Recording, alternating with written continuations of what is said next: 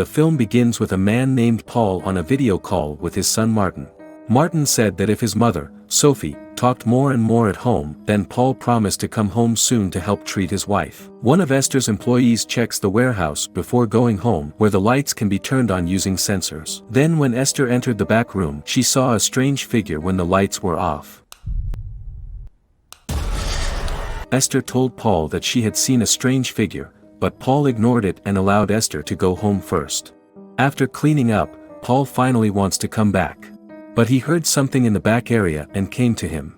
Suddenly there was a figure of a creature in the darkness, among the lights. The light sensor went off, and the figure drew closer when it came back on. Paul, who started to panic, immediately ran, but the creature tore his leg. Paul realized that the creature could not be exposed to light and went straight into his office full of mannequin statues. Then all the lights there suddenly went out. Martin can't sleep at home because he hears his mother's voice talking to herself.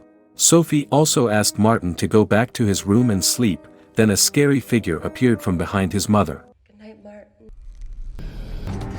The door outside the room suddenly shut off, and the figure tried to enter Martin's room. A week later, after Paul's death, Martin was at school and cared for by Child Protection Services. Because her mother was called and he didn't pick up, Rebecca finally called to meet Martin. It turns out that Rebecca's biological father ran away when she was 10 years old. While Paul is her stepfather, so basically, Martin is his half-brother. Their relationship is not very close either.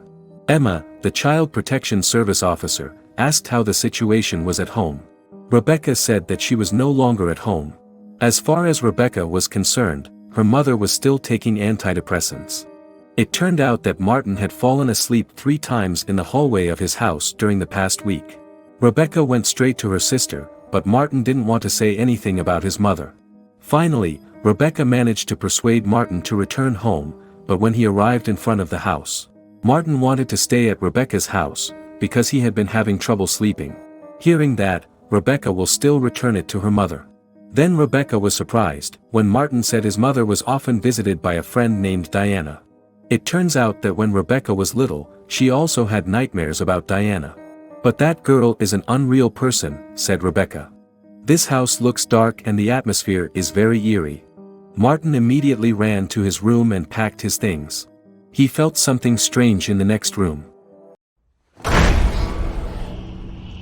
Rebecca asked her mother, how long had she not taken her medicine?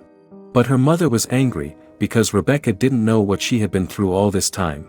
Rebecca felt that her mother was still as insane as before, then immediately took Martin away from there, even though Sophie still wanted Martin to be at her house.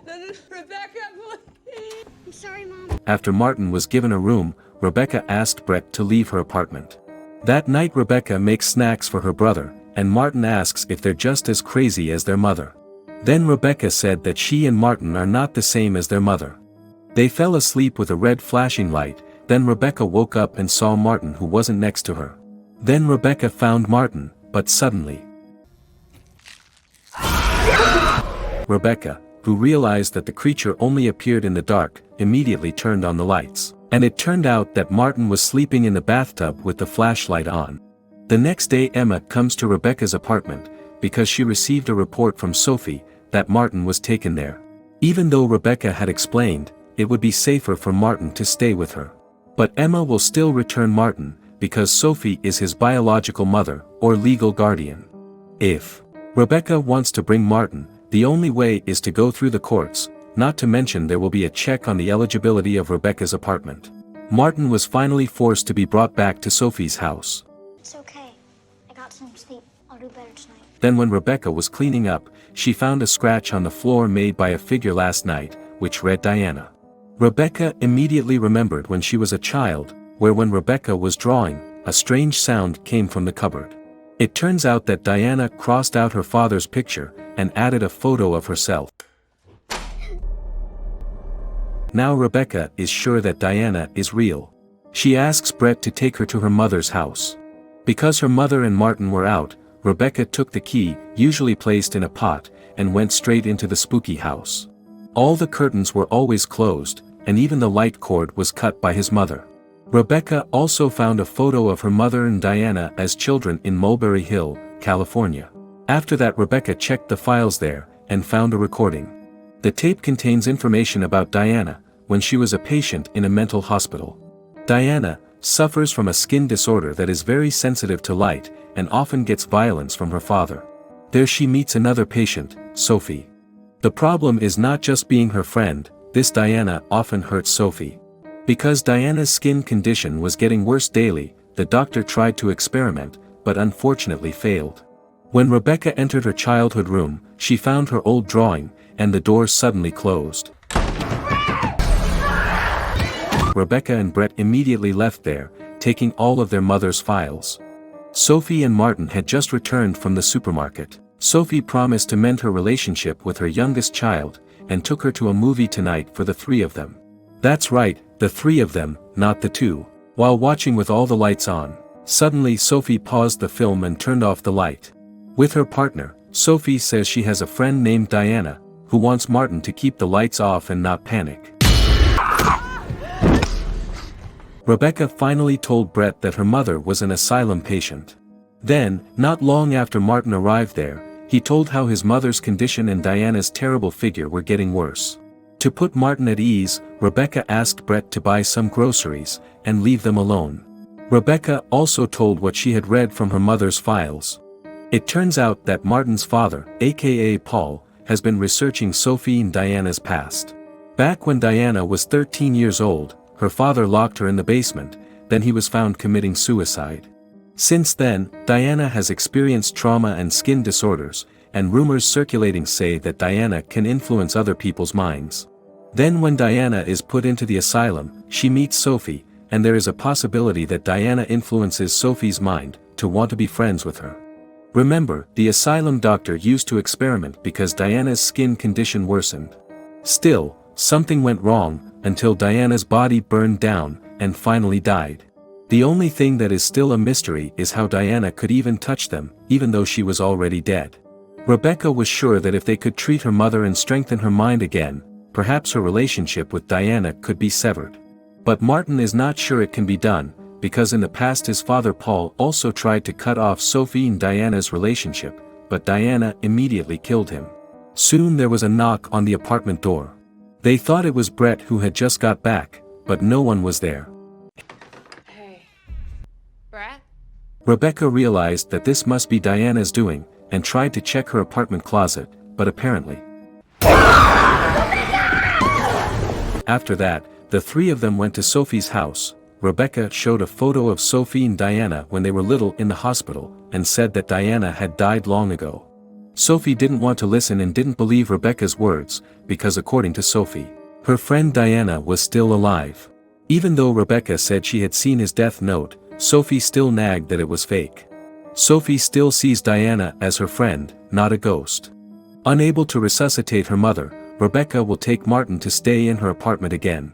But Martin doesn't want to, because Sophie is their mother. Since Diana could attack anywhere, they decided to stay there to solve the problem. All the lights are turned on and isolated, and many candles are lit. Rebecca had time to see the room next to Martin's room, which was dark and locked. I don't know what was in it. That night Rebecca will sleep with Martin, while Brett sleeps on the sofa on the first floor. Actually, Rebecca doesn't mind if Brett comes home, but Brett wants to stay there to protect her. Seeing Brett's seriousness, Rebecca finally accepted Brett as her lover. Before going to bed, Rebecca stopped by her mother's room. She said that if she stayed there, Sophie would be happy to hear that and hoped everything could return to normal. With a pale face of fear and a trembling body, Sophie silently handed over the paper while hugging her child. Rebecca finally went to sleep while accompanying Martin. But suddenly, the lights turned off, right, and strangely, Brett wasn't on the couch. It turned out that Brett was checking the lights outside, while Rebecca went straight to the basement to fix the fuse. Then Martin, who had just woke up and realized that Rebecca wasn't there, could only carry a candle while looking for Rebecca.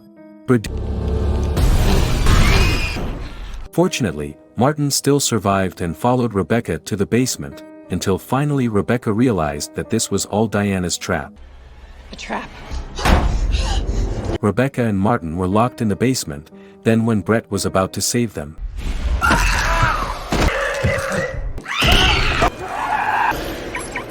Because Rebecca's flashlight was about to die, she had to find another light source in the basement.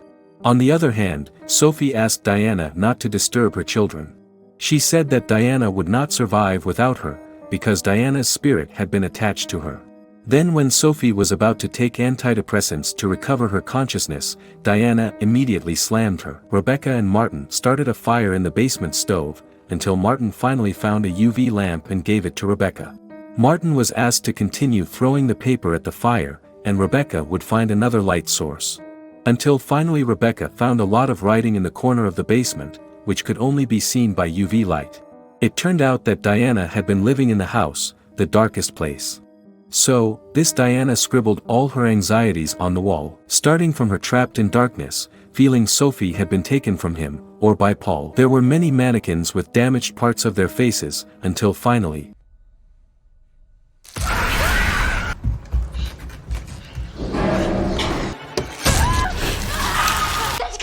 Rebecca finally knew Diana's weakness. Even though UV rays didn't work on her, at least they could see where Diana was. They also began to look for where Diana was. If caught, Diana would be immediately burned with a flashlight. It turned out that Brett did not run away, but called for police reinforcements. Hearing the sound of a police car, Rebecca immediately screamed for help. At the same time Sophie had woken up from her stupor, and immediately broke the doorknob of her room and Sophie would be rescued immediately. But Diana distracts the police and is instantly killed.